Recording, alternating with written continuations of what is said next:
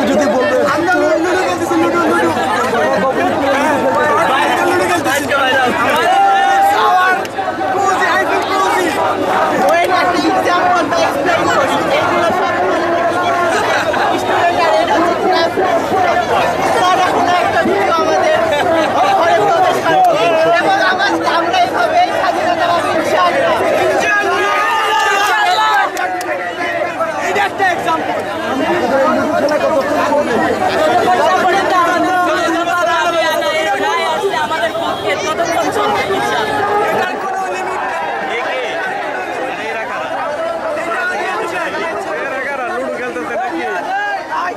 আমাদের আন্দোলন তো রমজান মাস থেকে চলতেছে, আমরা ক্যাম্পাসে করছি আর কি আন্দোলন।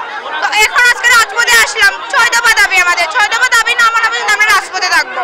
গতকাল আমরা এক্সামের জন্য নামের মাত্র অ্যাটেন্ড করছি, আমরা সবাই খালি পেজ জমা দিছি। আমাদের দাবি না দেওয়া পর্যন্ত আমরা কিভাবে এক্সাম দিব? আমরা কেন এক্সাম দেব? আমাদেরকে আশ্বাস দিছে ঠিকই 1 সপ্তাহের জন্য, কিন্তু কোনো কিছু এখনো জানাই নাই। কেন জানাবে না?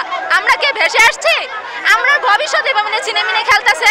আমাদের এই যে প্রথম থেকে নবম গ্রেড পর্যন্ত তারা নিয়ে নিছে, শুধুমাত্র দশম গ্রেড, এই দশম গ্রেডে নিয়ে টানাটানি করতেছে। একটাই কথা, যদি দশম গ্রেডে হাতও দেয়, দরকার পড়লে আমরা খুন করে জেলে যাব। আমাদের দাবি 6টা দাবি মানতে হবে। যতক্ষণে দাবি না মানে আমরা রাজপথ ছাড়বো না, রাজপথ ছাড়বো না। আমরা সকাল থেকে এখানে আছি। প্লিজ এটা মনে করবেন না যে জনসাধারণের কষ্টের জন্য আমরা বাধ্য হয়েছি।